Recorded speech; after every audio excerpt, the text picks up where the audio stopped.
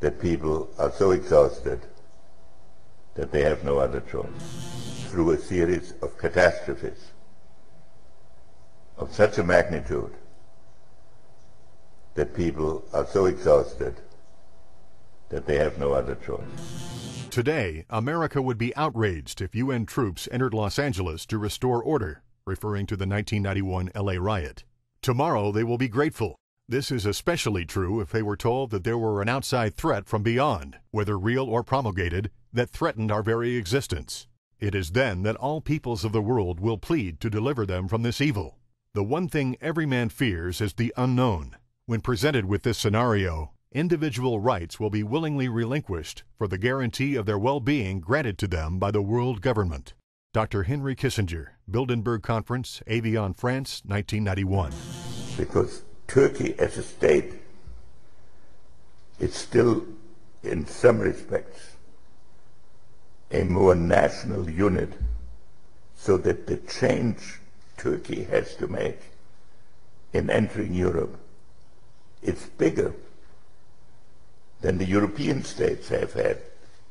But it does not change the importance, because all the countries are in the process of going from where they were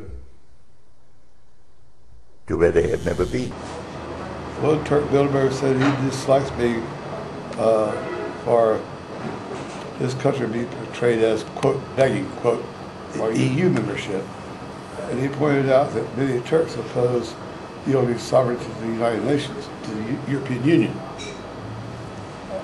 Henry Kissinger made a strong plea for Turkey's admission to the European Union, and of course Germany and France still object. There is a new element in international relations, that a number of issues have come up that no state, no matter how large and powerful, even including the United States, can possibly deal with by itself, like environment, global warming, energy, and above all proliferation, must be dealt with on a global basis. The controllers also talked about exploiting the public's fears of climate change to push a continent-wide tax to fund the new government. As Bilderberg is gathering here in Istanbul, Bush softened his position on global warming. As you know, the Bilderberg boys years and years ago were among the first to become environmental tree huggers. Not because they worry about dirty water or clean air, but because of the potential for immense profits, as you've all seen them unfold in recent years, with heavy costs imposed on industry and taxpayers to keep the water clean and keep the air clean. So their motive is purely profits. So their term was, or at least one of the terms used by Brother Bilderberg was surrender, quote unquote, surrender, quote. Bush surrendered on the climate issue. We recognize that we have a problem with greenhouse gases. We agree there is a global threat, it's a serious threat. We agree there is the need to establish a limit to greenhouse gases. We need to discuss the possible pricing of CO2. A global solution to a global problem. If Bilderberg succeeds, America falls. All the victimized countries lose their sovereignty.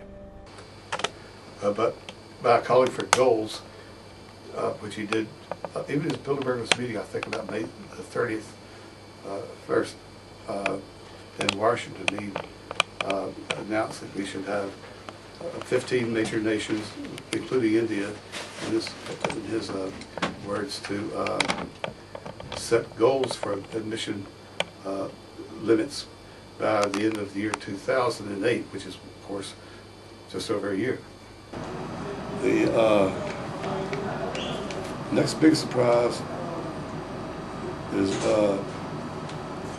not emerged yet in the mainstream media, but it's going to have to. Bush is going to push the Law of the Sea Treaty, LOST is the acronym. Law of the Sea Treaty, LOST, LOST. Now, this strange sovereignty surrendering treaty will, of course, give the UN and the tribunals and bureaucracies it would set up total control of all their seaways, 70-some% of the earth. It has everything in it. It has money, it has power, it has socialism, it has national security, world government, oil. It even has global warming. And yet, no one in the media is talking about it. It all revolves around an international agreement called the Law of the Sea, or the LOST Treaty. And even though we've been fighting it off since the days of Ronald Reagan, we are now closer to it than ever before, and the Senate is about to ratify it. The real story is that the only thing that will be lost if this treaty is ratified will be more of our sovereignty. It will kill you, but you never see it coming. They can actually have more power than our own Constitution. In the next couple of days, President Bush is scheduled to resurrect the old Law of the Sea Treaty and ask the Senate to ratify it. He's already written to Senator Biden and asked him to hurry up and pass it. Now, this is the same treaty that Ronald Reagan rejected 25 years ago. He was so angry about this attack on our sovereignty that he fired the State Department personnel who had negotiated the treaty under the Carter administration. One of the original creators of this treaty was a public supporter of one world government. She was a woman who saw LOST as a trial balloon for developing a, quote, common global constitution. We must wake up. The killers are inside the house. Our country and our sovereignty is being lost to socialists, globalists, elitists, and corporations. And it's happening right in front of our eyes. I know the United States wants to be a constructive part of the international community, and I know that's a lot of the motivation to work with other countries, and our role and responsibility in this world is very different than any other country, and the expectations of us are very different, and the need to act independently, as we have seen many times in the last decade, is very important not only to us but the world itself. I believe that was Reagan's philosophy. I've heard him quoted today. It's interesting, his diaries have come out, and he said on Tuesday, June 29th of 1982, decided in the National Security Council meeting, will not sign Law of Sea Treaty even without seabed mining provisions. And he wanted us to go along with the treaty, obviously, and work with the international community, but recognize the dangers of signing up to this. I think the question before us is, do we want to submit the United States to another international body? But I think it is unreasonable for us, as we look at the other bodies that we're a party of, to submit ourselves again to an international group. I think America and our fellow countrymen are deeply sensitive about it now. We saw that during the immigration debate. The emails and phone calls we got, a lot of them had nothing to do with immigration. They were concerned about our sovereignty, our borders.